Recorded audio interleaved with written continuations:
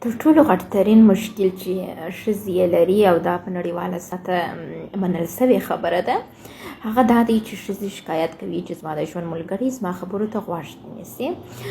ښځې طبعا ډېر خوښوي چې غوږ ورته ونیول سي، خبرې وکړي او د ژوند ملګری یې ښه اورېدونکی یې، نو بیا هغه ښځه ځان خوشحاله احساسوي او هغه د مینې احساس کوي. او بل دا ښځه و نارینو ته یو الهي تحفې رقم ده. ښځه ډېره لطیفه ده، ډېره باریکه ده، ډېره مینه ناکه ده. د هغې سره مینه وکړئ، د هغې سره خشونت مه کوئ، هغې ته خپل احساسات بیان کړي. حتی دغوندې هم در باندې ګرانه ده، بیا هم ورته وایاست چې ته پر ما دومره ګرانه یې، دومره ارزښت راته لرې، دا به په ژوند باندې ډېر ښه تاثیر هم ولري.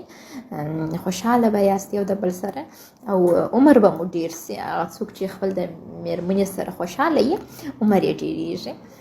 او بل خپل ژبې ته دا اجازه مه ورکوئ چې ستاسو در فکر تر مخه خبرې وکړي. نو اول فکر کوئ بیا خبرې کوئ. په رابطه کې دا ډېر مهم دی، باید تاسو ته حق اولیت ولري.